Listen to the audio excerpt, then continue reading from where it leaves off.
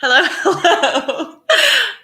We're trying to figure out why our thing is shaking here, but I think we're good. I think it was just the kids all got up at once because they were eating and they've now cleared out to go watch a movie. Hello, welcome to our Sunday night live. I see we've got a handful of people already in the room, but if you're just joining us, tell us where you're watching from. Something's not right here. What happened last time? Remember when the chat didn't show? It's showing. Okay, it's showing. Okay.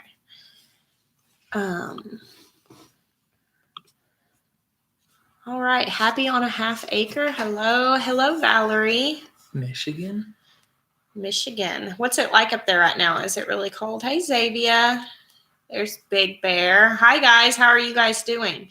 Fort Worth, Texas. I was thinking about y'all today. Jason, Hardiness Robin. approach. Aw, I'm excited. Hardiness approach. Are you guys going to Deep South? I don't think they're going to Deep South. I was going to say Baker Creek because they're in Missouri, so I bet they're going to Baker Creek. I'm really looking forward to that. We were just talking about our schedule for our traveling schedule and the places that we're going to be going. Always good, Jason. Always good. There's 180 degrees from average. Hardiness. I'm excited to get to spend some time with you guys that weekend. Hardiness approach. I really hope that we get some time to hang out. I'm sure it'll be busy, but I would really like to get to spend some, as we say around here, QT, quality time with y'all. Carla, I am feeling better. I'm still a little foggy. I think that you'll probably be able to see that. Like I'm still just a little bit like blah because I have literally just like laid in bed for the better part of the last few days. But I am so much better today. Yesterday I was some better, but today I'm doing a lot better. Still taking it easy and trying to rest so that I don't kind of overdo it because I have a tendency to do that whenever I'm not feeling well. But yes, I'm doing much better. Thank you for asking. Y'all didn't Maya do good vlogging this week? I thought he did so good.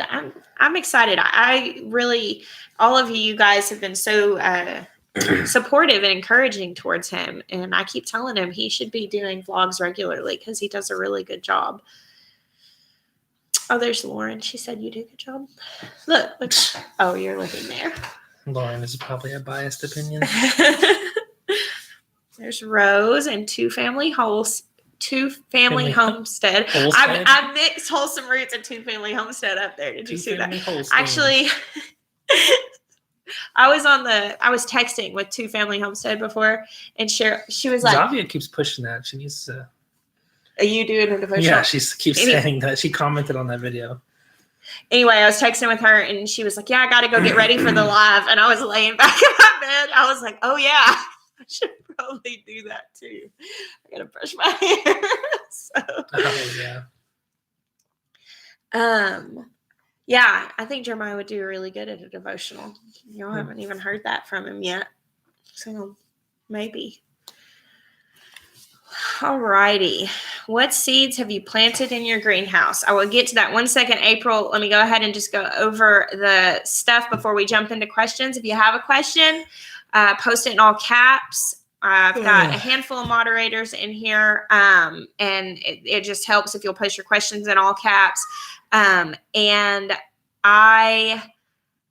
we will try to get to as many as we can. If we miss your question and you're asking it, just ask it again, because it gets buried pretty quick. So about the seeds in my greenhouse, I'm actually at this point running by, I was really sick this week. And for the first several days that I was getting sick, I had a kidney infection. And so the first several days of getting sick, I was trying to pretend like I wasn't sick and continue to do all of the things that I needed to do.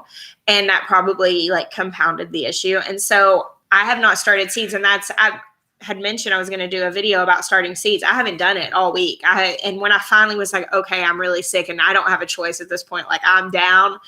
I was down. And so I have not planted anything. However, I do have several brassicas that I may start them tomorrow.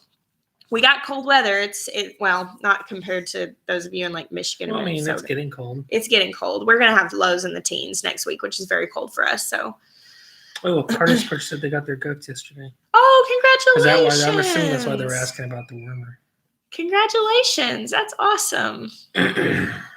So I haven't planted much, but this week I'll have quite a few planted, and I'm actually going to be starting some peppers inside. I've got to order some more grow lights and or some more heat mats and different things that I'm going to try. I'm just trying lots of different stuff.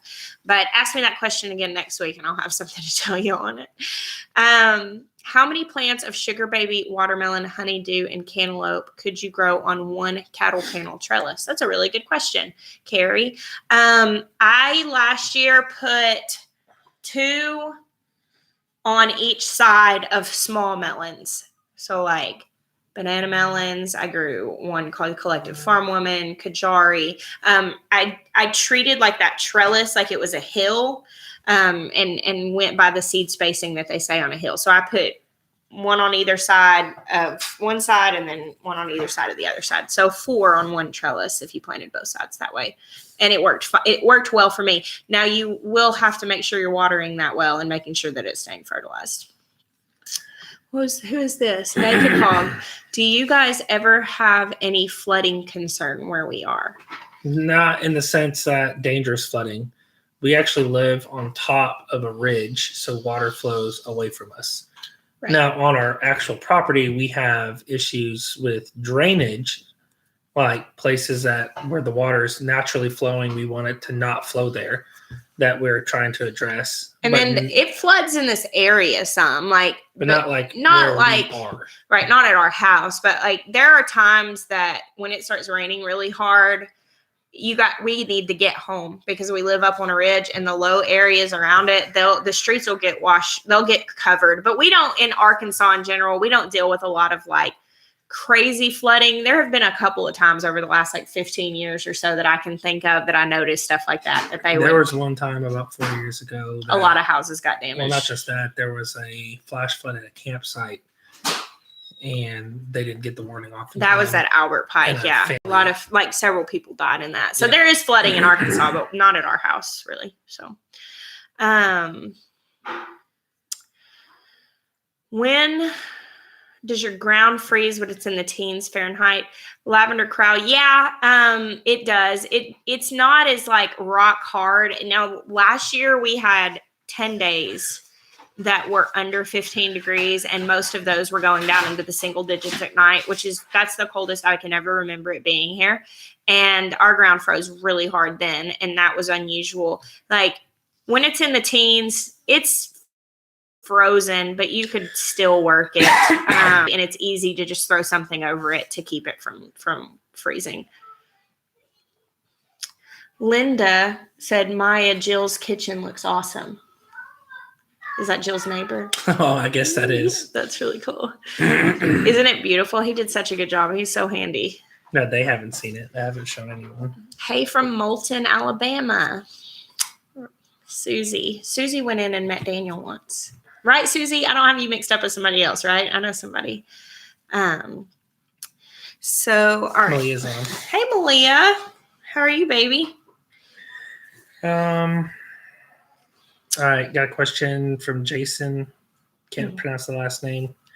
Fallheffer. Fallheffer. I don't know. I'm sorry, I'm butchering it. It's okay. We're so words to everybody else. Or S words. S words. Thinking of moving to New Boston, New Hampshire, and buying a farm 4+ acres. What animals do you suggest we start for sustenance? I think chickens are a really good place to start do you have history in keeping animals, or are you like really just like learning this thing? I think chickens are a good place to start because they're going to lay eggs for you. Sustenance wise, that's probably good. Or quail would be a really good place to start because raising them up is really fast. And eggs are going to be the quickest sustenance. So that would probably be good. You know, we're raising a hog, a feeder hog right now for the first time ever. And it's honestly, it's way easier than I thought that it was going to be. And so, but I don't know that I would start with that. Thank you, Anna. Well, we didn't start with that. We started with chickens. Yeah, we started with chickens. How often do you fertilize the garden, Cindy? I add compost in the spring and in the fall, and that's pretty much all I do. I have done like a molasses water on my tomatoes and, a couple of little things like that. But for the most part, just spring and fall compost is all I really do. Like I didn't buy any fertilizers specifically or anything this year. The Wyatt Life asked about, they're getting into a 1.5 acre first house in the country, starting a small homestead. What's your biggest piece of advice? Take it slow. Yeah. I always tell people make a 5-year plan, not a 1-year plan. And also have accountability between husband and wife. So don't let the wife bring home any animals without the approval of the husband. Unless the husband the one who wants to bring home all the animals, then you cannot do that without the approval of the wife. Because chicken math is a real thing, and chickens are the gateway animal to having more animals than you can take care of or know how to take care of. So honestly, our advice is take it slow, do one thing at a time, do it well, and then add something else. That's really just my advice. Big Bear said they started with a cow or with quail. I knew y'all got a cow really early, didn't you, Jason? Didn't y'all jumped up right on in whenever you guys got started, but they started with quail technically.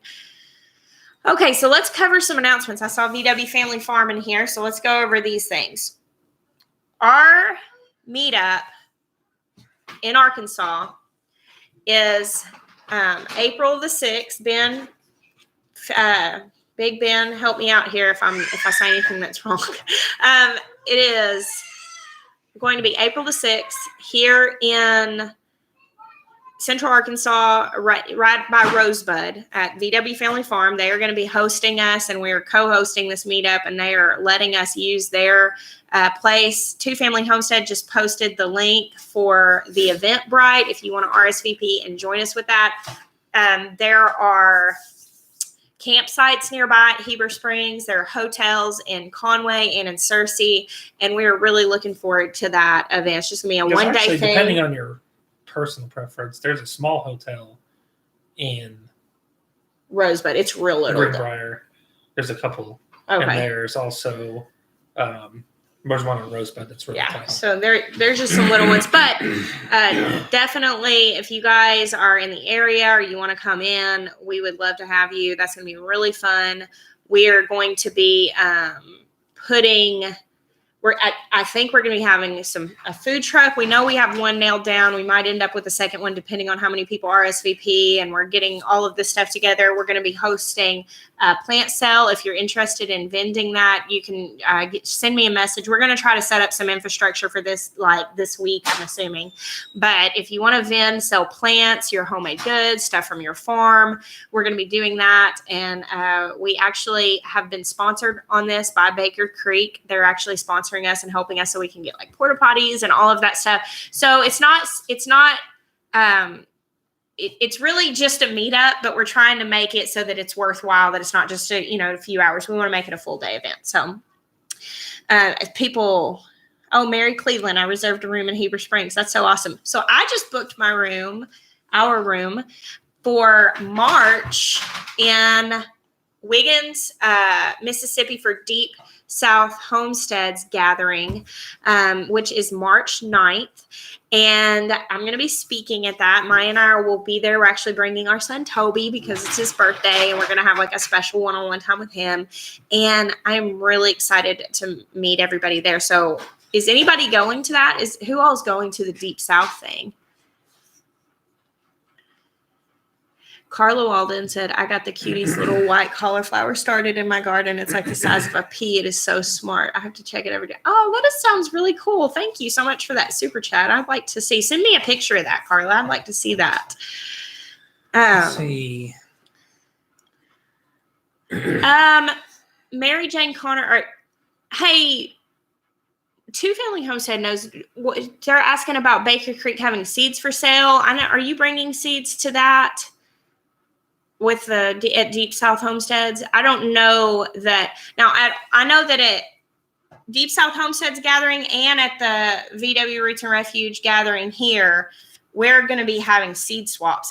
I know they're doing one at Deep South. Okay, she said yes, there will be. So I know the city stead. Y'all are so far. Are y'all going to the Hootenanny? I don't think we're gonna make it up to the Hootenanny. I would really like to though, but that's a close one for you. Up there in I know I saw some the other frigid questions. north. Huh? Where can I send gifts for the drawings for the AR meetup?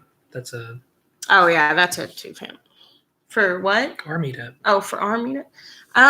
I don't know. Let me find out about that and I'll message you. That was Xavier, right? Yeah, Okay. I don't know. Farm Alarm, which hey to them.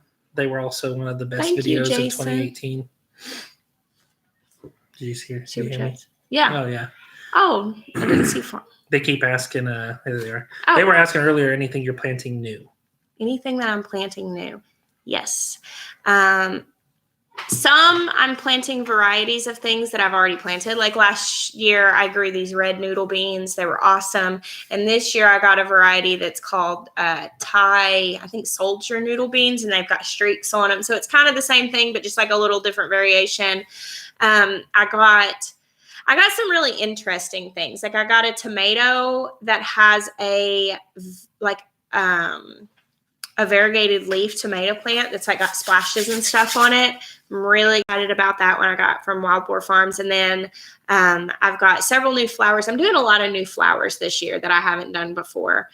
So a lot of tried and true and a lot of new varieties. I can't think of much that I'm doing that's just completely new. I thought I might take a stab at Brussels sprouts, but I may be too late starting them here. It gets hot. When spring hits here, it gets hot really fast. So Brussels sprouts may need to wait until Anything special you did for mint? I mean, honestly, it's been so prolific in we just plant mint it and it goes a crazy. bully. Like mint is one of those things that you have to contain it. Like don't plant it in the main part of your garden because you'll be battling it forever. Like we have a bed and mint and lemon balm are like little plant cousins, and I have both in the same bed.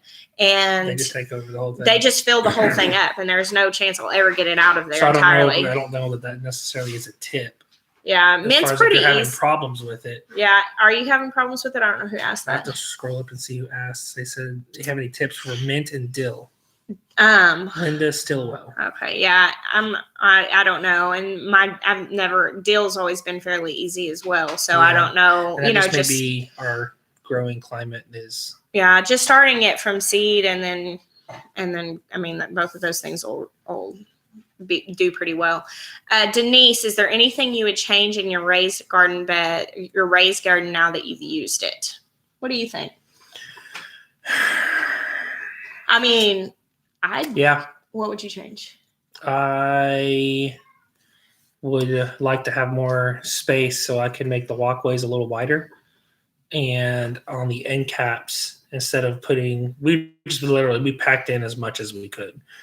And essentially what we've done is that the only way you can access it with equipment is with the wheelbarrow. And so when we go and amend the soil, we're having to wheelbarrow it all in.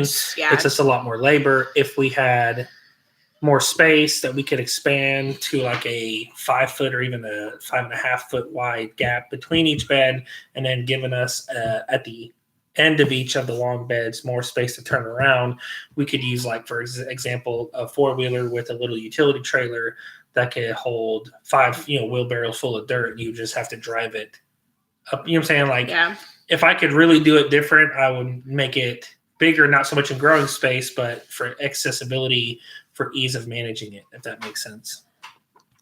Yeah, I can't think of anything that I would change. I like the depth of the beds. I like the width of the beds. What he said is true. It is pretty manually, and it probably wouldn't even be that big of a deal if you had a smaller garden. But I mean, we have our garden's huge, and so it gets to be a lot whenever you're having to refill a wheelbarrow. Whenever you could do a little dump trailer on a 4-wheeler. But I mean, I'm pretty happy with everything. I would there are some things I still want to get done. I want to get wood chips down in the walkways to help absorb some of the water that that stands there sometimes, and to avoid having to mow, because we actually had to mow and weed eat our walkways every week this summer, and that's a pretty big job that we could eliminate. So, but everything else I really like. Are you getting any new animals this year? I don't know that we are.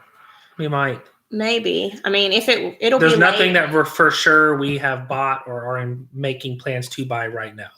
There is honestly, we're prepping for the garden. We're going to try and finish off those details she's talking about for the walkways and different things. So, and honestly, we just downsized. We rehomed 2 of the horses. Yeah, we're trying to just make it. We really want to grow like 85% of our food this year, and that is going to happen with success in the garden. Is the only way that that's going to happen. And so, well, I guess no, that's not true. We're getting meat chickens, like we're doing that, and we might do. But it's not really a new animal because we already have chickens. But I missed. Okay, I need to address these.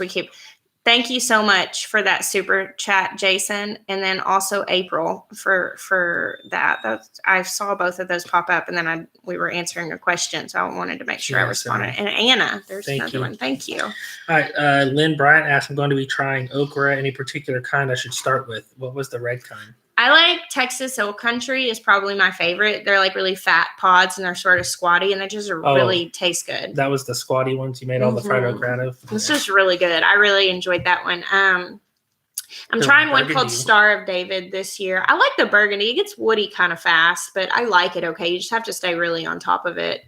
And then Clemson Spineless is kind of, I know I just gave you said which one and I give you 5. This is what happens when people ask me. This is why everybody who is following all my stuff now has seed addiction and is sending me all of their pictures and telling me, thanks for starting. Thanks so much. And I feel like maybe I should apologize.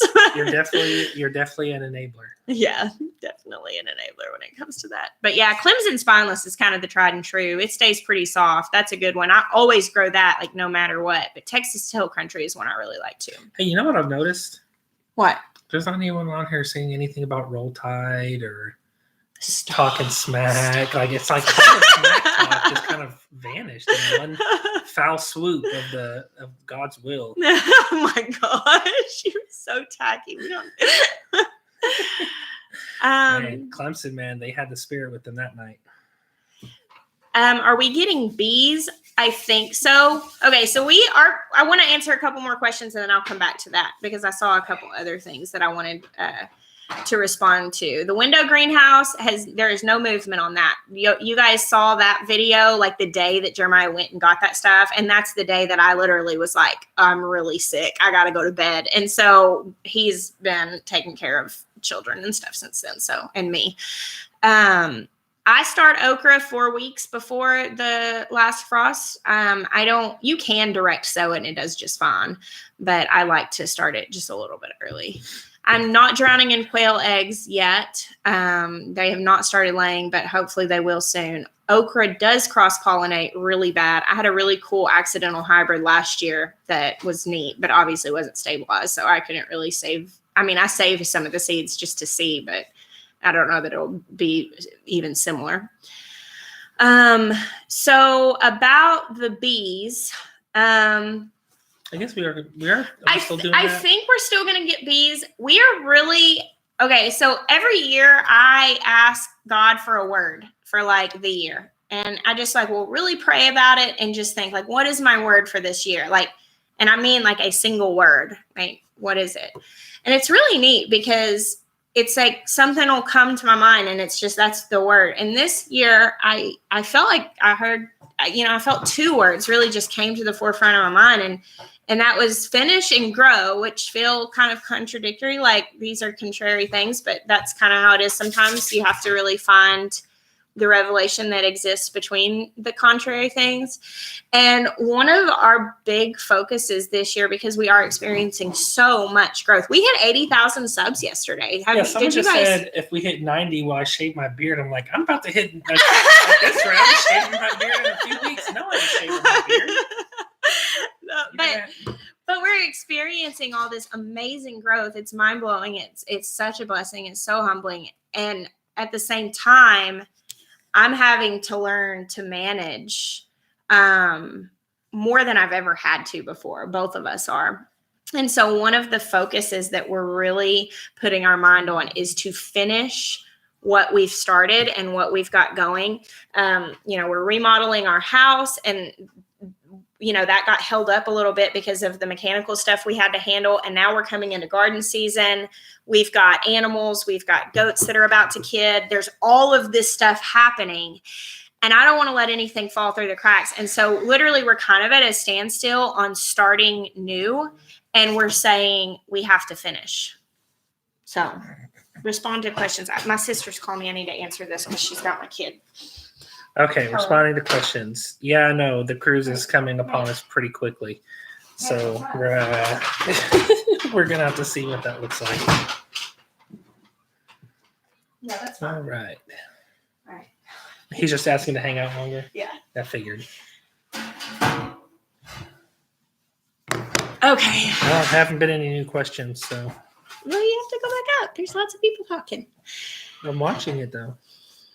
Bare Bottom Acres asked me a second ago, how do I manage farm stuff with, did you say family and everything? Oh, YouTube and farm. That's what it was. It's a team effort for us. Totally. And it mostly just goes hand in hand. Essentially, the adjustment comes that you go and do the stuff that you've always been doing, and now you just learn to take a camera with you.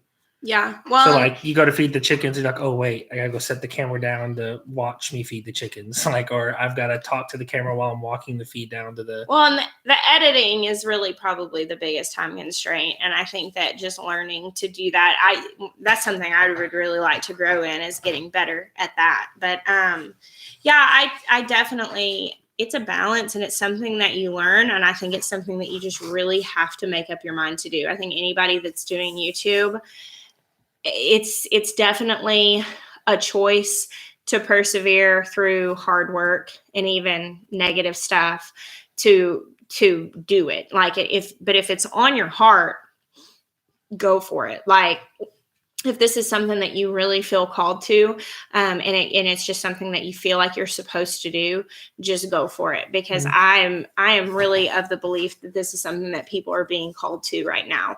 That it's important, and it helps people to.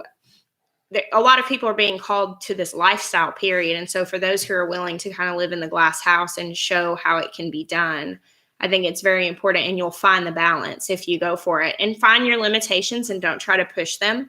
There are days that I literally say, I cannot post a video today. Like, it's not going to happen. I look at my day and I prioritize what's important, which first and foremost is Maya and the kids.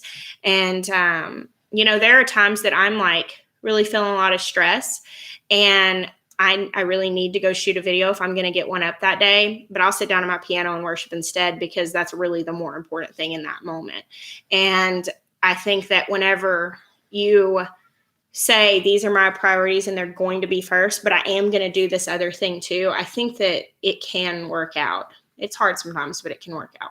Mm-hmm. We use, right now we're just using iMovie. Yeah. And eventually we're going to try and learn Premiere. Yeah, I think I'm actually about to start getting some lessons in Premiere from Morgan at Goldshaw Farms. He's really good at making videos, and he's going to teach me some things. Is it fine to use bricks as a garden bed? I'm pretty sure that there's nothing wrong with that. In our research and deciding how to build our beds, concrete bricks are going to leach lime. Regular masonry bricks, are going to leach some kind of, mineral, because bricks they're not sealed, I guess is the thing. They don't break down fast, but they break down. Does that make sense? And so it'll leach something. Will it really affect your plants? Probably not. Not that the science of dirt and testing all that isn't important and isn't useful, but that should never be a deterrent from slapping something together and starting. Does that make sense? I think that we take a lot of risks in trusting the food system to provide us food that is healthy. And I mean, you can ask all the people that just got sick from eating lettuce a couple months ago how that went. I mean, that stuff happens. I mean, I think probably everybody's at some point gotten food poisoning, and then that's not even accounting, the long-term effects of carcinogens and all that. Right. And so it's kind of like we were talking earlier, I saw somebody talking about don't put food in tires. It was Xavier. There are some obvious things that you shouldn't grow food like in tires, like things that are truly very chemical. But we get asked a lot with our raised beds because they're metal, and people say, aren't you afraid about that leaching into your soil? And I'm like, not so much, not really. I'm not super afraid about that, because this is what I had. And truly, we had no money, like at all. We did that with the found materials that we had. We saved that metal off of jobs for 3 years before we built our garden beds. And so we built what we could and started gardening. If I ever have to rebuild another garden, we'll probably still do it the same way, because it was literally thousands of dollars cheaper to do that on these garden beds rather than going and buying new lumber. So I'm not that worried about that, because I feel like no matter what I do with that old used metal is still going to be superior than most of what I might do as an alternative, especially within my budget. So yeah. You can't eat the grass said. I think showing people growing helps them realize that it isn't as hard or intimidating as they think. I think you are absolutely right. That's a really good channel, you guys. You can't eat the grass. She actually tagged me in Kaylee, Mangalitsa Mama's challenge earlier, and I am going to do that video. I've just been miserable this week, so I'm still a new skill for the new year. A new skill, huh? Yeah, like things that we want to learn. Mm. So, but yes, I think showing growing stuff really kind of demystifies it. You know, like the first time that I actually like went in a garden and saw plants growing whenever I was really little, like it was, I don't know, it's where, I guess that's not really a good example, because I was around plants growing like my whole childhood. Chickens, let me talk about that. The first time I actually saw a chicken, I had read all about chickens. I knew all about chickens. I'd wanted chickens, but the first time I'd actually been, since I was a kid, like actually around chickens, I was like, wow, they're so much bigger than I realized. And it was just the weirdest like thing of demystifying chickens. Of course, now I'm used to being around them. I'm used to how they sound and how they act and all that. But getting around them was so like eye-opening, and I think that's how it is with the garden for a lot of people. Let's see. So I got a new book this week, which I'm really excited about. Nobody hate on me because I have not gotten this book before now. I actually at one point had rented it from the library and gone through it and had the understanding of it. But I finally got my own copy of Nourishing Traditions. Someone bought it for me off of our wish list on Amazon. One of our viewers bought it for us. And this is like, I've been looking all through this for the last couple of days. It came when I was laid up in bed. And I am really excited about putting this stuff into play. I think it's going to be really helpful in utilizing the food from our farm as we're starting to grow our own food. Lauren's all excited about that. Yes, it was such a blessing. It's got a lot of information in it. It's got a lot of information and just stuff that I am really looking forward to getting into.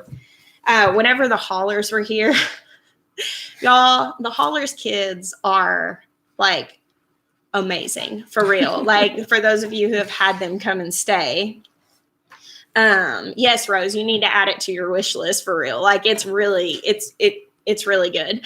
But yeah, so the Hollers kids were here, and what was I making? Biscuits. I was making biscuits one morning, and one of their boys came in and said, "Hey, do you need any help?" And I was like, "I think I'm good. Like I'm okay."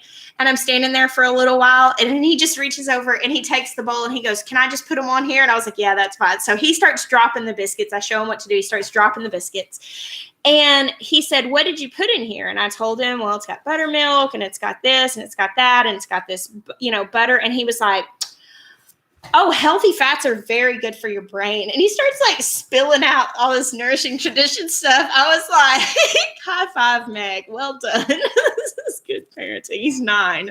He's sitting here talking to me about healthy fats and stuff. I don't know where the Hollers are tonight. I talked to her the other day.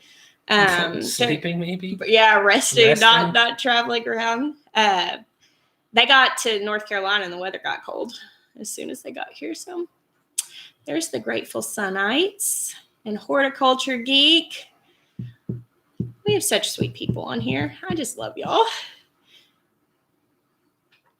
Uh-oh, someone said name. So, Hold the Walnut. It's Nourishing Traditions by Sally Fallon. And this is all about like healthy fats and fermented foods and like traditional foods. So, let's Pollinator see. bags for isolating flowers. So the way that we keep cross-pollination from happening on our peppers and tomatoes specifically, I think you could probably use it for other things, but I do it on those things specifically, is and really I mostly just do it on my tomatoes because that's really the main thing that I save seeds from. But I buy little organza mesh pollinator bags, and they're just party bags, like the little things that you get the Jordan almonds in when you go to a wedding. They have a drawstring, and they're just mesh. And I get them on Amazon and go through and put them over a clump of blossoms to keep the wind or insects from carrying pollen from another plant to those blossoms. And tomatoes do self-pollinate. So basically when I walk through my garden and do other things, I'll just like thump that bag or brush my hand against it or wiggle it so that the pollen and those blossoms within that bag will pollinate each other. And then once it sets its fruit, I can be sure that those fruits are pure from that plant. They're not cross-pollinated. So I take the bag off and like tie a ribbon around that branch. And as the fruit ripens, then I'll know that those are the ones I'm going to save the seeds of. So actually, Tony Franklin, I do believe I saw your comments asking this question on a video, but I didn't want to respond there because I kind of got distracted because you kept referencing Arkansas. I'm assuming you're talking about Arkansas because in your question, you're asking about Alaska for homesteading. And honestly, I don't know anything about Alaska for homesteading because the abbreviation AK is Alaska. And honestly, that's pretty extreme in homesteading. I mean, you got to deal with grizzly bears. And we actually have friends of ours who are moving to Alaska and homesteading in the middle of nowhere. So Arkansas is AR. As far as homesteading, what's he asking about it? He's saying that he's been looking at land in North Carolina and Tennessee. Arkansas is also, since watching our channel, he's reconsidering. Arkansas is a really good place for homesteading. It's not just, I mean, it's a really good place for homesteading. It's got a very similar, we're in the same, very similar zone as North Carolina. He said, yes, Arkansas. Well, I remember seeing that, and honestly, I meant to respond, and then I just was like, I laughed too hard because I was like, I don't know about Alaska. People do that all the time. I get it, but Arkansas is really, I think it's an underrated state. It has very few government regulations and involvement. They are very supportive and hands-off for homeschoolers, which is usually goes hand in hand with what we're doing. They honestly have a lot of programs that help. Like I said, looking into the high tunnels and different things like that. The natural food is probably not as prevalent in other areas, but it's definitely taken hold. There's whole sections of Little Rock that are natural food, have restaurants that source all their stuff locally. Central Arkansas and Northwest Arkansas are very progressive as far as food culture goes. South Arkansas and Northeast Arkansas, not so much. So if you're looking for like a culture with a lot of markets and resources, other farms, I would look towards the central region and the Northwest region, like Fayetteville, Bentonville. And there's good land around within like an hour range of both of those places that is affordable. And like Jeremiah said, a lot of freedoms. There's a lot of freedoms here, and the growing season is really long. Of course, we live here. This is where my family is from. This is where I'm from. I grew up here. Jeremiah is originally from Oklahoma, but that's why we're here specifically. But definitely, we're definitely thankful that because of what we choose to do and what we want to do, that this is a really great place to do it. So.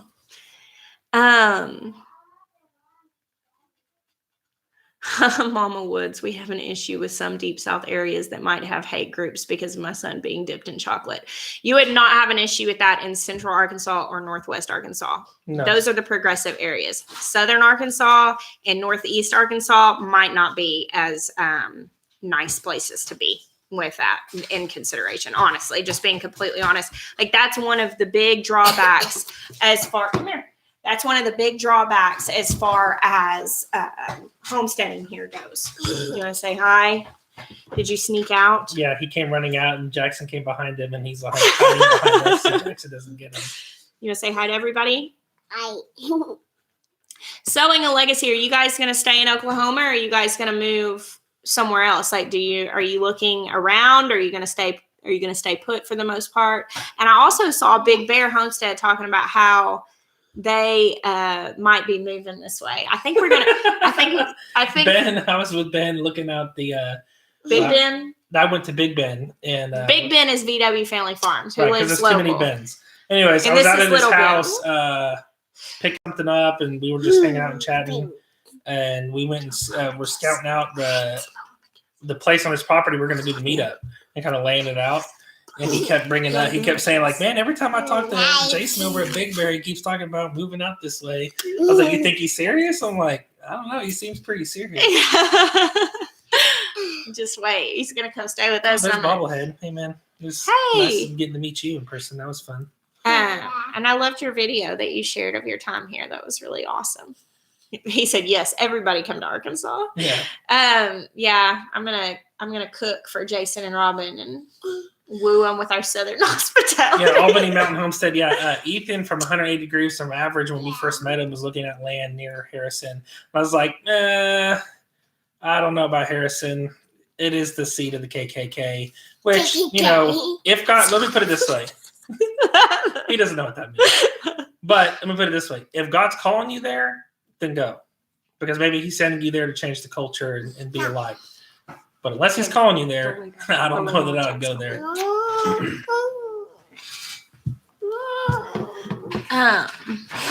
What does your tattoo say on your left arm? It says, Wilder Still. Okay. Come here, Benny. Yes, I am definitely feeling better. Thank you so much. Maybe I'll be a missionary there. It needs one. Ben is so adorable. My kids played really hard today, and they just can't even right now. So they're all laying back there watching a movie. What does Wilder Still mean? A couple years ago, I was really like facing some things. This is kind of deep, just so you know. You asked this question. People ask me this all the time, and I'm just kind of like really brief about it. But I'll give you like the 3-minute version.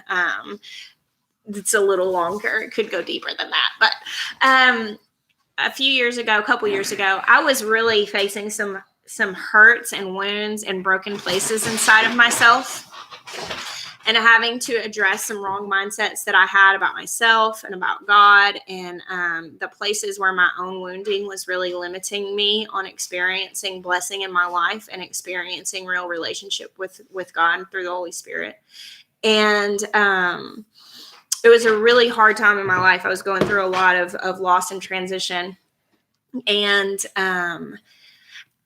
I found so much healing in that time, because instead of looking at everybody else and what they were doing to me, I looked at myself and was like, why do I feel like I deserve these things? Why do I feel like why do I feel this way? Why do I feel like such a victim? I'm not a victim. What does it mean to be more than a conqueror? And really just doing like this crazy deep introspection.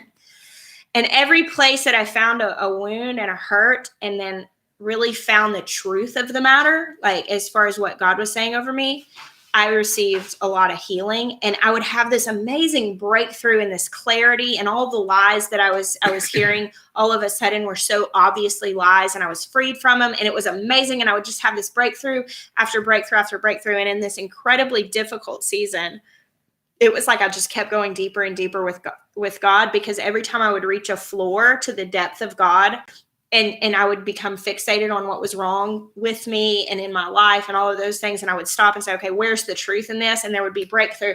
It was this really incredible season for me of growth. And basically one night I was praying. I was actually on the phone with our friend Daniel, who many of you know, who does the music for our channel. And I was on the phone with him, and we had this event coming up where we were leading like our worship service at this event, and we were praying over it and some different things. And we were just on the phone praying together. And basically something that came out in that prayer, something that I prayed, was that I to God, as I said, you know, I'm discovering how wild you are and how undomesticated you are and how you don't fit in the box. And there's really no floor to your depths. And I understand that, you know, the deeper I go, there's always deeper still. And the wilder that I go, there's always wilder still. And so that's where that phrase came from. And I actually had an appointment the next day with my brother to go work on my tattoo. And I had known for about a year that I was going to get script right here on my arm. But I didn't know what it was going to say. And I was like, you know, trying different things. And this is my handwriting. So I was writing out different things, trying to figure out what it was going to say. And as soon as I prayed that night, I knew that was it. And so I actually got a tattoo on my arm the next day, which was very impulsive and not like me at all. But yeah, wilder still. It's to me the reminder that, you know, as long as honestly, any limitation that we have in our walk with God in our life is there are things in us that we can confront and that we can be healed of. So that's my little reminder of that. So that was long. Thank you. I practice my handwriting a lot. I write a whole lot. Oh, Heirloom Permaculture said, hi, Maya. Isn't his wife sowing a legacy? Yeah, she's on here, but he's editing a video. You guys go give them a follow. They're doing some really good videos. They just hit 200 subs. Is that right, guys? And they're in Oklahoma, right? They're in Oklahoma. Yeah, I was chatting back and forth today on the vlog that I did yesterday, or I posted yesterday, with someone who lives in Jones, Oklahoma. And I was explaining that I used to live in Luther, Oklahoma. And she goes, oh, yeah, I know Luther. And I kind of just gave her a brief description of like where the intersection was, where our land was. And she goes, oh, yeah, I know that. It's right over there by the pecan grove. And I'm like, it was cool to just have a conversation with someone who knew. Like, that's really cool. And would recognize like where I spent most of my childhood. That's really cool. Yeah, Heirloom Permaculture is doing, right now, they've got kind of like the suburban homestead thing going on, but they're looking for land. But they're doing quite a lot. And they have a garden in their front yard that they let the community come and pick out of and stuff. So they've got a really cool channel coming up, and definitely go give them some support.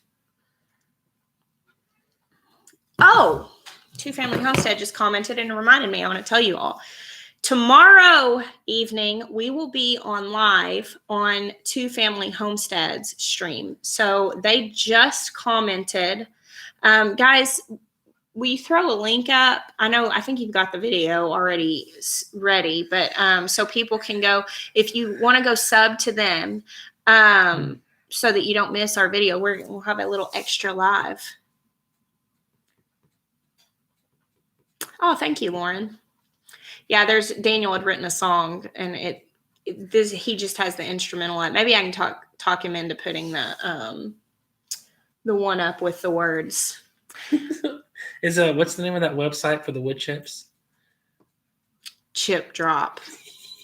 Stop. Oh, please. Can I bring it up?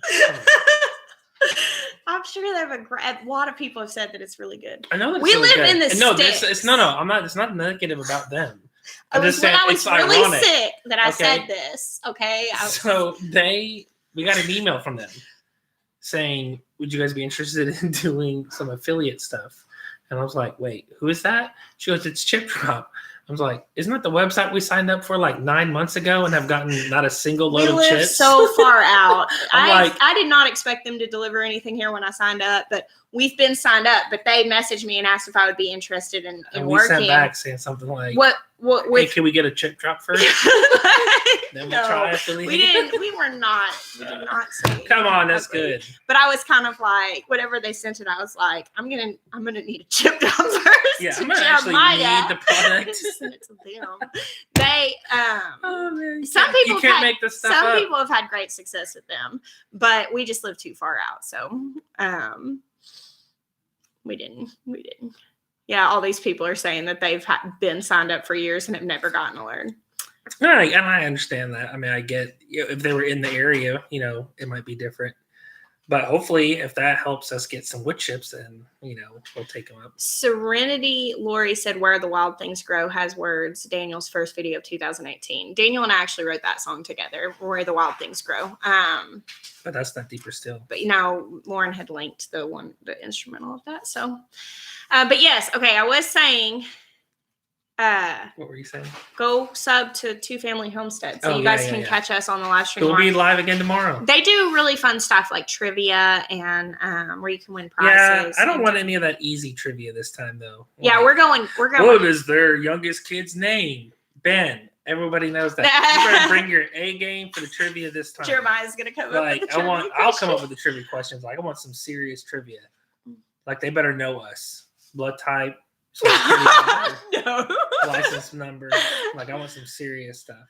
Laura, I've got a lot of new tomatoes that I'm growing this year. Actually, my tomato box is right there. I can go grab it and we can talk about that. I think Jessica came up with the trivia last time. That's why. Is your brother coming to the Utah Tattoo Convention? I'll ask him. He might be. Actually, yeah, he might be. I think he just went to Denver, didn't he? Yeah. Somewhere in Denver. There's a lot of fishing in Utah, so that could be a thing.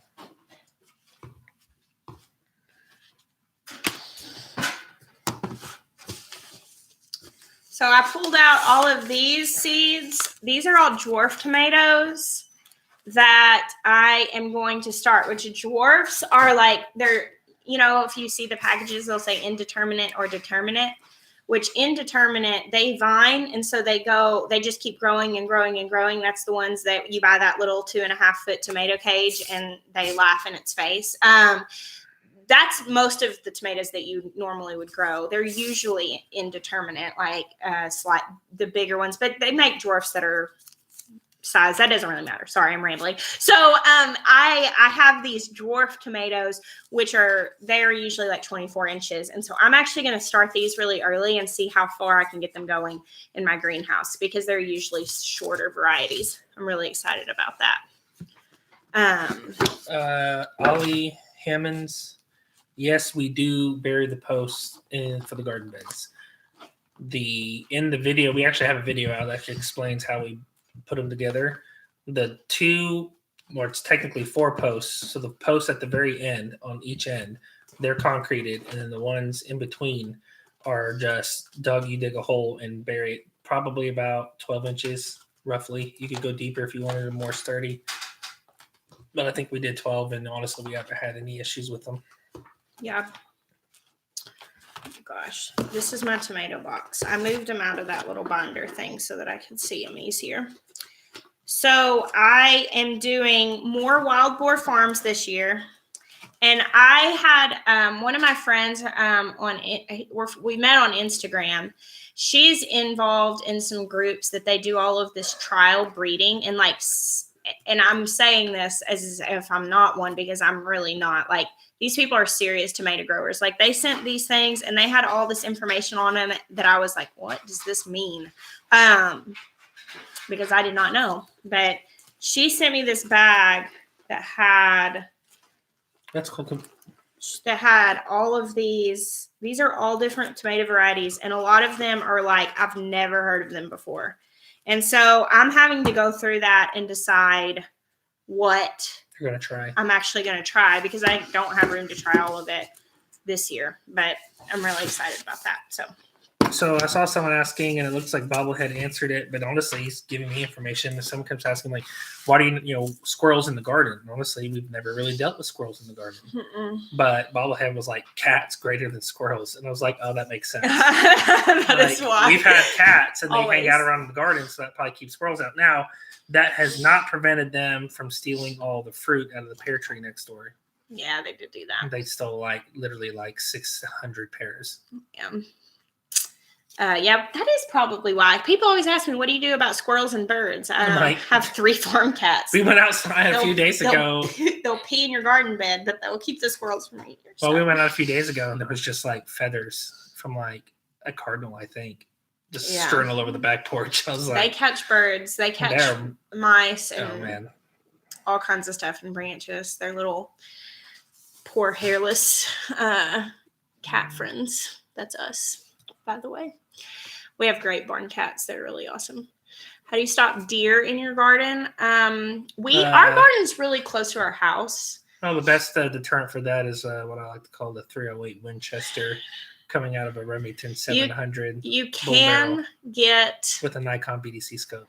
You can get nuisance licenses. However, deer do not often get in our garden because if they do, because it's right by our house. Our dogs are in the backyard. Like, they don't come up here. We're out there so much. They just, they just don't come up this close to the house. We had 2 little fawns that were in the garden once, and then after that they hung around the garden, and we put food out there for them because they weren't getting in. They weren't going over the fence. So Ben's back there. Fast food.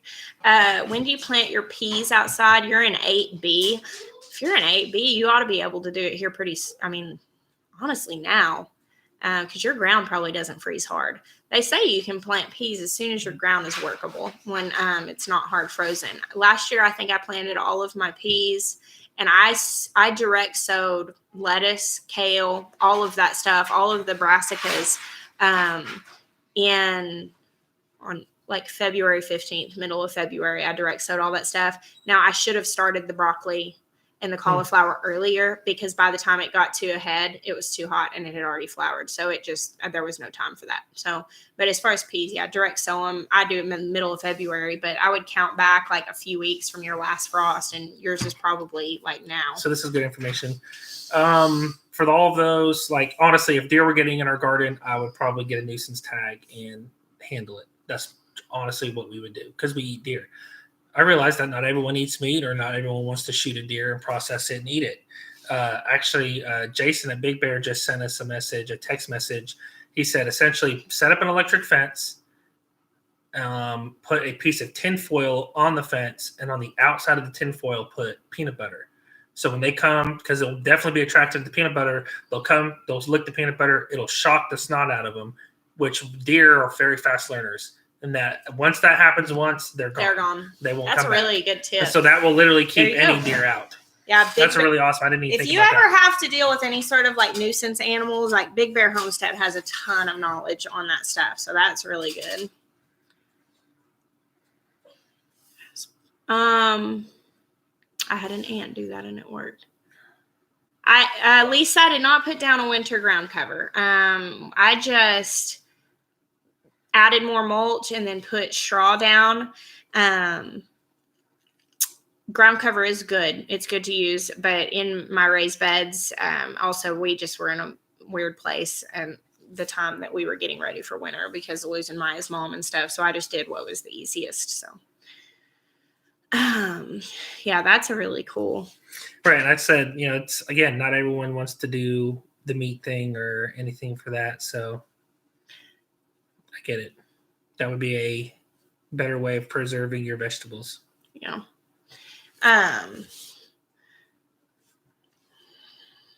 One huge rat that is eating eggs and avoiding every trap. Any ideas? Oh, wow. That is pretty bad. I don't know. We really have not had a Well, I thought something got in and got a duck egg because it was cracked open, and I don't think ducks don't really eat their own eggs. Not like chickens do. So I wonder if that's what that was. Man, honestly, Big Bear is the person to ask for that. I wouldn't know what to do. Is anyone jonesing for is anyone jonesing for some sunshine? Yes, absolutely. Totally ready for spring in a huge way. So, bee story. Is that about how I said I was going to get back to that? I was really just the main thing with the bees is that we want to finish what else we started. We want to finish we want to make sure that we get everything done. And if it comes down to the time that it's time to start the bees and we don't feel like we've made enough progress on the other things to justify spending, this is going to cost about $1,000 for us to get into bees, buying all of the hives and the equipment and all that stuff. And so we'll just have to see. I would like to get them, but I also don't want to spread myself too thin because I'm still, we're still really learning how to manage all of all of this and YouTube and all of that. We want to do it well. We really want to start riding our horses again and, working with them more. We don't want to keep just having them on the pasture. We used to work them. Jeremiah round penned them, and we were getting to the point where we were riding them. We had a lease for some land across the street, and then the guy had to end that lease, and so we didn't have space. So there are a couple things that are higher priority than bees. So I might, like Rose is saying, she got a little equipment each year. I might just like work towards that. Maybe we can get a little bit of the stuff and just move towards it, and then maybe try to get them next year. The 90-acre property is just a guy that bought it in auction. It's the other side of our house. It's so adjacent to ours. Where I'm sitting facing north right now, behind us is south. That's our backyard. The house my mom lived in is to my right, and the 90 acres is butting up to the left. So literally, it's just the property to our left versus the property to our right. Which my little hard. Sister's actually staying next door right now. They were looking. We don't for have a any place. Drone footage because we don't have a drone yet, and so it'd be easier to say, hey, I'll send the drone up, and this is the garden, and just on the other side of this patch of woods is the 90 acres where the horses are going to be. But maybe one day. Yeah. So we are getting to use. We're going to lease that land. It's going to be really nice to have our horses out there, give them some space. I'm sure it'll be a lot easier to keep them healthy. So, will one of the moderators link the how to build the raised bed video because someone's asking for it, and it'd be faster for you guys to hunt it down than for me. Yeah. Yes, I have direct sown zinnias. I might try to start them this year so that I can kind of get more of a grasp of where everything is. I much prefer planting started plants because it's just a lot easier whenever you've got them in there to get your spacing right rather than direct sowing. But I direct sowed all the zinnias that if you watched my garden tours last year, they were all direct sown. How many ground cherry plants and how many cucamelon plants to grow per person? How are you wanting to eat them? Because both of those things were almost exclusively just snacked on in my garden. Until the very end for the cucamelons. Yeah, I saved cucamelons and did a few jars of pickles, but for the most part, they were just snacked on. Next year, I'll probably grow twice as many of both of them for our family. I'll probably grow like 6 to 8 plants of the ground cherries, and then probably maybe I think I had 4 of the cucamelon, and I'll probably really out of all the tomato varieties, like that was the only one that really got used. No, the other ones didn't do well. They had pests so bad they had worms in them. But I'm saying, we were eating the ground cherries before they could even get pests on them. So, and also we did learn. So last year we did like a V trellis for the cucamelons. We did cucamelons on one side and something on the peas or some kind of melon on the other side. It was tomatoes. I think we'll do that differently because once we actually were taking the plant off of the trellis, there were hundreds of cucamelons that had fallen in the V, like on the ground where you couldn't see. And so I think we'll probably do it on a wall. And that way when they fall off, they're easier to get to. I really like the watermelon radish. Somebody posted a picture and tagged me in it. Who was it? If you're on here, say something. But somebody posted a picture this morning on Instagram of roasted watermelon radishes, and they said roasted watermelon radish tastes like artichoke hearts. And I was like, roasted watermelon radishes and artichoke hearts. I love both of those. What are those little peppers? The chicken pepper? Arroz con pollo. Arroz con pollo. Or something like that. Oh, no. Tammy, she's asking about the Tabasco peppers. Oh, the Tabascos? Oh, those were ridiculous. They just kept growing. Funny story how that turned out. So Jessica and Lauren's still on her. Her husband is another culprit. We will definitely be doing this different. So they pulled the bushes out and brought them into the basement. Downstairs. And then they picked them downstairs. Well, then they left the bushes in the basement. No, I think it was before that we had left them. I had left them down there and they had started drying. Well, Brandon went down and he picked the peppers off. And then I didn't take the plant out. Well, not all the peppers got picked either. Yeah. So let me just explain, fast forward a little bit. We go to do the basement remodel, right? So we have to clean everything out. So we start cleaning. And I'm telling you, me and Noah. We vacuumed it up with the big shop vac. We took the main plant out and then vacuumed all the little stuff. Well, no, we had to sweep it all together too. So anyways, as we're doing that, like it's kicking dust up, right? Which I expected, there was dirt and dust and all that. And like, we just start like, our throats are burning, our eyes are burning. Like we can't figure out what's going on. Like, what the heck is down here? Like, I mean, we had to take breaks and go and everybody was going downstairs. We're hacking. We're like, God, what is going on? I felt like I was in boot camp. I had snot coming out of my house nose. infested with toxic mold? What is happening? So then I started sleeping. And I look in the dust pile, and there's little super dehydrated Tabasco peppers all in it.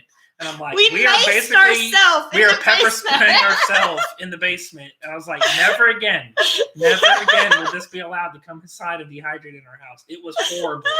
I mean, honestly, it was so bad that I wasn't sure if the people who were coming to stay were going to be able to stay downstairs if it didn't vacate. It was bad. It was so bad. It did end up clearing out. I think we mopped, and that helped a lot. Like, it was rough. It was bad. It was really Jeremiah bad. He was like, next time you've got to pull a pepper plant out, take it to your greenhouse. Don't bring it in here. Yeah, gas yourself. That was so, it was so bad. I'm doing really well giving up coffee. I haven't drank coffee all year. I haven't drank coffee all year. Good job. You like my joke? But 13 days in. But I was really sick this week and had absolutely no appetite and was being force-fed broth. So, that probably helped during that. But I've been doing good. I've been drinking herbal tea, which does help some. Someone's the gas chamber again. Somebody asked me something before we started that. How much room does a ground cherry take? Their growing habit is different than they grow like a tomatillo. So they're tall and big, and you need to stake them, but they don't climb so much as tomatoes. I know tomatoes don't technically climb, but you've got to give them really high support. Heirloom Permaculture sent me a picture of theirs. They were massive. Mine didn't get that big because we had such bad pest issues, but you give them the same amount of space that you would give a tomato plant. I'm sorry. I'm a percussionist. I'm being So Angel Song Acres said, woohoo, finally caught you live. Ask us a question. If you finally caught us. Yeah, what are you going to do with it? This is your moment. This is your moment to shine. Angel Song Acres. What's your question? Terry, Aros con polio, I think they would do good in containers. You would, you could probably grow one of those in a 5-gallon bucket just fine. I have never grown poinsettia peppers, Jay, but I'm interested. How long have we been married? Hold on, I don't even know. I think we're in our 8th year, coming up on 9. I think that's right. That's right. No. Yeah. No. I don't know. We're about to be married 8 years. How old is Jackson? That's how I could figure it out. I always figure it out by Toby. We got pregnant with Toby when we'd been married for 2 months. Oh, yeah, I guess that's true. Yeah. So I just add a year to him. So that's 8 years. Constance said I just mommed you. She does that all the time. The drumming. I'm the oldest kid. She didn't get me Legos for Christmas, people. Come on. I'm still waiting for that question. Thank you for handling that, Rose. I appreciate that. Which one?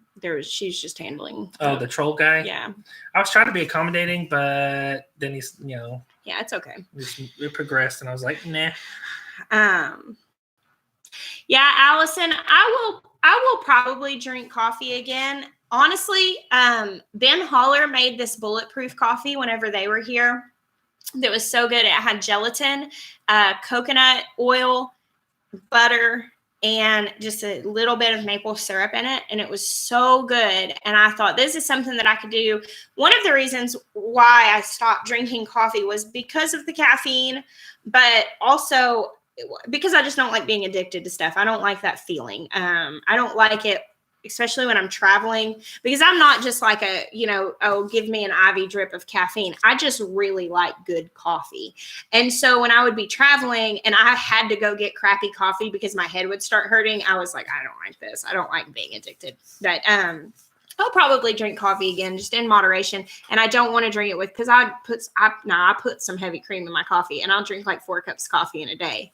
And so it was more a health issue. Aim High Homestead. What's your question? I saw that one. What you got?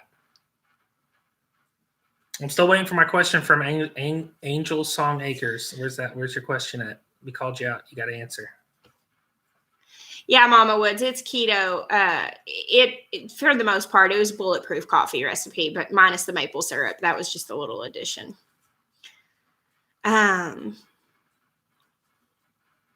Yeah, I tried bulletproof coffee when Ben Holler was here. It was good. It was really good. It was interesting to find out what was in it. It was like gelatin. I know I don't get it, but I'm just saying. Well, I mean that.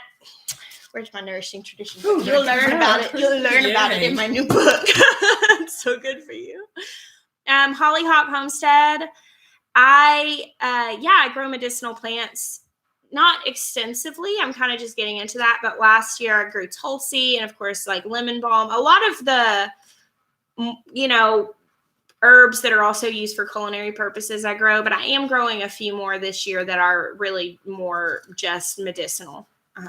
The gelatin made that coffee. Ethan, you're just a... It did. It was good. Right. What would you say Ethan is in like a story if you were going to like diagram like the characters, like the protagonist or what would that be? He's always stirring stuff up. What do you call that? What's his name? You. I don't know. Yes, you do. You're right. You know this stuff. He's the one who hashtags alpacas. No, he's not. My soil bag lettuce. Oh, yeah. Ethan Snow, Lord of the North. My soil bag lettuce is doing well. Half of it I planted with, and I've actually been able to pick some of the leaves from the butter crunch lettuce and then a little bit of the mustard. I grew the mustard so I could mix it with other salad greens because you don't just eat a salad of like all mustard because that would be really spicy. But it's doing really well. I've had several people tag me in theirs. That theirs are doing better than mine. But Kathy DeLeon? Is she on here? Kathy. Yeah, she just freaking that. That is not what I was saying. I just wanted to give you a question. Thank you so much for that. That is so sweet. Angel Song Acres. Wow, I've just been one up on my own channel. She just mommed me right there. Hey, there's Kathy. That's so cool. She said, what's with all the cool coffee names? Black Rifle Coffee. Bulletproof Coffee. That's it. Oh, I'm coming up with John. No, this is for the haulers. I'll watch this later, maybe. I'm going to come up with my own. Call it John McClane Coffee. Yippee-ki-yay. You don't even know what I'm talking about because she's never seen Die Hard. I don't. Yeah, that's there. Can you ever grow turmeric? Yes, Carrie. When I was at Living Traditions, Sarah gave me some turmeric plants. So, yes, you can grow them. Someone said, I wish my mom would mom me with $100. That's what I'm saying. Ben's favorite YouTube channel right now is either Charles Dowding, which is the gardening one. You know who he's getting? He's been really watching a lot lately is White House on the Hill. White House on the Hill has been his thing this last week and a half.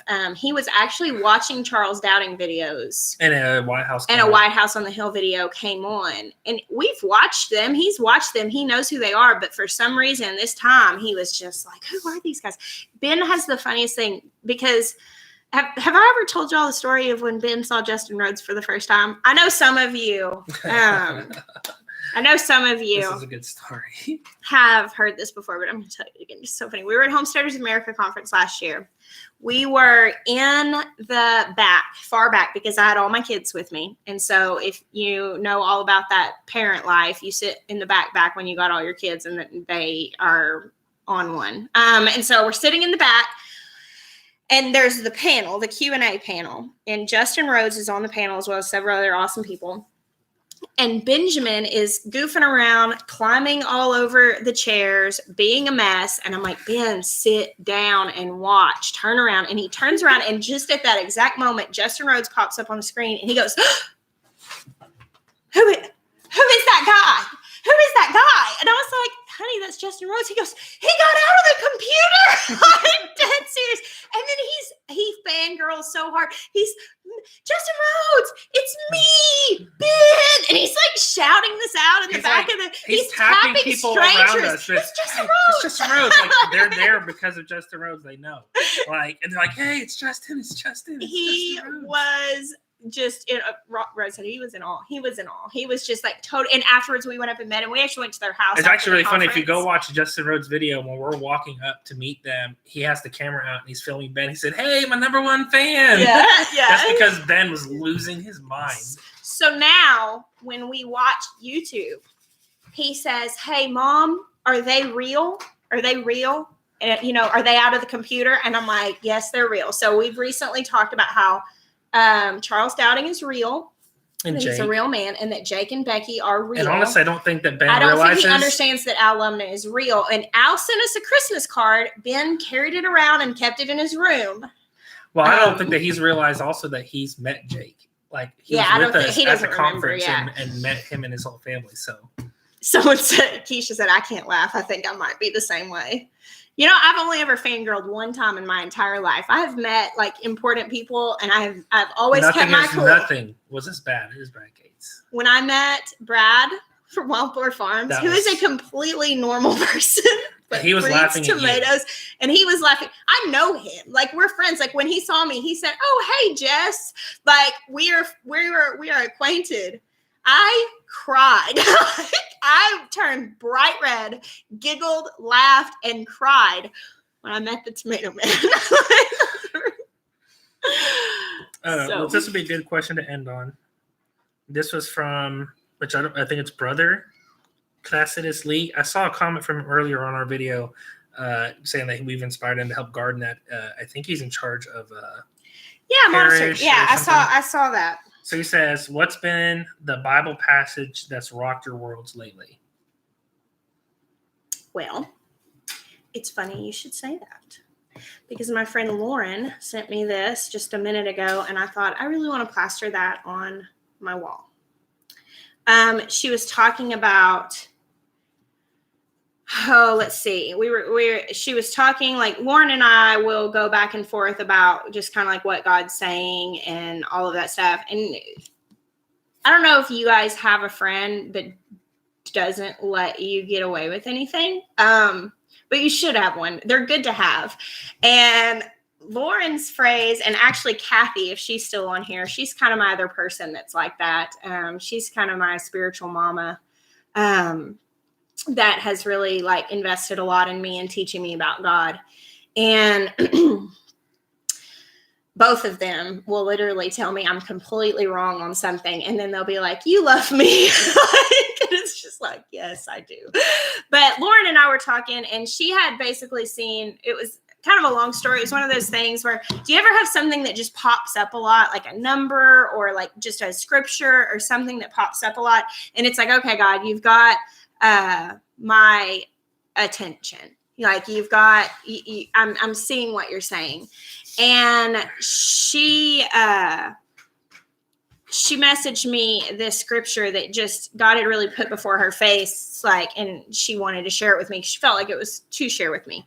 And it is Luke 6, 37 and 38. And this is the Passion Translation, which I really love. It's a great study tool if you don't have Passion Translation. But it says, Jesus said, "Forsake the habit of criticizing and judging others, and then you will not be criticized and judged in return. Don't look at others and pronounce them guilty, and you will not experience guilty accusations yourself. Forgive over and over, and you will be forgiven over and over. Give generously, and generous gifts will be given back to you, shaken down to make room for more. Abundant gifts will pour out upon you with such an overflowing measure that it will run over the top. Your measurement of generosity becomes the measurement of your return." Your measurement of generosity becomes the measurement of your return. That's really rocking me right now. That's a really good one. So, what is our email address? rootsandrefuge@yahoo.com. Sandra, it's called the Passion Translation. It's not a Bible translation that you're going to use standalone, because they don't have the entire Bible translated. So obviously that would be not good. You need to have a Bible that has all of the books, but it's a really good study guide to help you understand. They have good study notes.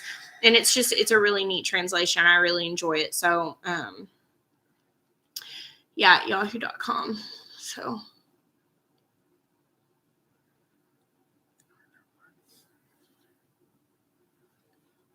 Go read the reply to my on your YouTube. I think I echoed that sentiment. I think that's who I was talking to about the horses and my mom. Yes. And that was good. Yeah.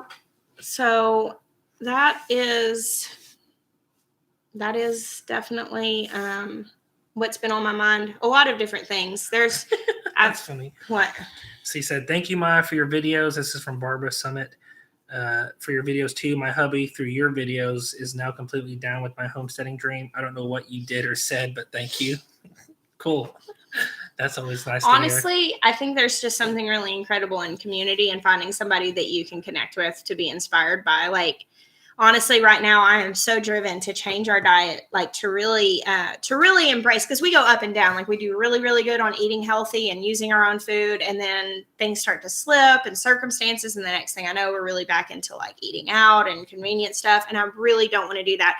And that was my reason for, like, the reason why I went and put books like that Nourishing Traditions book on my wish list and different things, was that's like, I need to be inspired, because sometimes we just have to get inspired in order to really reach our goals. It doesn't just happen on accident. So I was really seeking out inspiration in that. So, okay, first, before we leave, go follow my moderators. Who all do we have who was here today? Two Family Homestead, Wholesome Roots, Big Bear Homestead, 180 degrees from average. 180 degrees from average. Don't follow Lauren. Lauren doesn't have a channel. She's just here to help. That's it. Amy was on earlier, but that was it. No, there's one more. No, there wasn't. The haulers weren't here today. Okay. All right. I said Big Bear, right? Yeah, Big Bear. Okay. Wholesome Roots. My moderators make this possible. Please just go leveling them without, just like people come in and being nasty and stuff. VW Family Farms. Do we say them? Oh, yeah, VW Family Farms. Told you we forgot somebody. Okay, fine. VW Family Farms. I thought they had already checked out, so I wasn't going to say anything. They really do make it possible. They handle stuff. Lauren has a wrench, but she doesn't have a YouTube channel. You could tell her here that she's really awesome if you want to. She likes words of affirmation. Yeah, you could just say really nice things here. That's like liking her channel. Yeah. And honestly, like, you can follow her on Instagram. Lauren should have a YouTube channel because she's very interesting. She loves natural birth and herbs and onion omelets for healing things. Oh my gosh. And this will be surprising. You can't drop that with no context. They'll figure it out. It's called poultice, which every time you say that, I think of poltergeist, so I don't want to try it. But anyways, she also she's got the formula between her and her husband to make indestructible kids. It doesn't matter what happens to them. They never have to go to the hospital very much, and they can take some hits from their brothers and sisters. They're so tough. They're seriously the toughest kids I've ever met in my life. But yeah, for real, these people that come on here, they do this out of the kindness of their heart, and they make it possible for us to be able to do this, because there's no way that I would get in front of 500 people and talk about stuff without somebody standing in between to keep all the ugly things away from me, because it hurts my feelings. So that is all. Thanks, guys, for hanging out with us on Sunday. One more thing. Tomorrow, don't forget, Two Family Homestead. What time is it, guys? What time is the live tomorrow? I forget. I should know this because I need to be on it. But, I'm home. I'm not going to be doing anything. Yeah, Lauren's Instagram is The Rooted Herbalist, if y'all want to keep up with her there. She shares like some different herbal stuff, and she's 9 p.m. Eastern time, so 8 p.m. here. Big Bear, what are you talking about? You just posted the wrong time. There you go. Delete that message, Big Bear. 8 p.m. Central time. Spell it right? Did I do it right? I might not have. What there did it you is, say? kind of. Instagram at the Rooted Herbalist. That's it. Thank you very much for posting that. So yeah, she shares some different things about herbalism and all of that. She doesn't post a whole lot, but that's where you can find her if you guys want to support her as well as the other channels. So thank you guys so much for watching. We adore you. We are so thankful for you. want to answer that one more question. Answer the question. Yes, I grew Atomic Great tomatoes last year. They are lovely. I've grown them for a couple of years now. Those are Malia's tomatoes. Those are Malia's favorites. So she's the one who gets to eat them all. Yes, but thank you. We bless you. We'll see you tomorrow night. Yes, we'll see you tomorrow night on Two Family Homesteads channel at 9 p.m. Eastern Time. Yes. 9 p.m. Eastern Time. Bye, y'all.